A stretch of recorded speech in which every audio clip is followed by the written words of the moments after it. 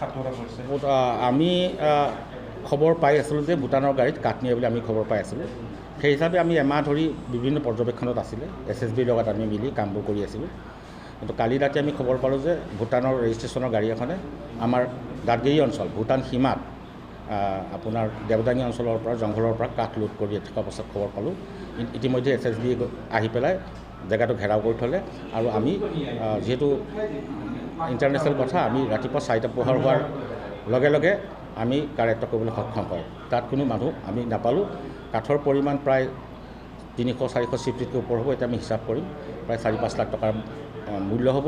আৰু আমি সন্দেহ কৰিছোঁ যিহেতু ভূটানৰ গাড়ী শ ভূটানৰ গাড়ী বাংলাদেশলৈ শিল ছাপ্লাই দি আছে বা ভাৰতৰ বিভিন্ন ঠাইলৈ শিল পাথৰ ছাপ্লাই দি আছে। গতিকে এইটো বাংলাদেশলৈ যোৱাটো আচল কথা নহয়। সেইকাৰণে আমি এই ক্ষেত্ৰত যথেষ্ট পৰ্যবেক্ষণ কৰা হৈছে। আমাৰ ইণ্টেলিজেঞ্চ ইউনিটবোৰ ঘূৰি আছে যাতে এনেকুৱা ধৰণৰ কাম আমি বন্ধ কৰিব পাৰোঁ।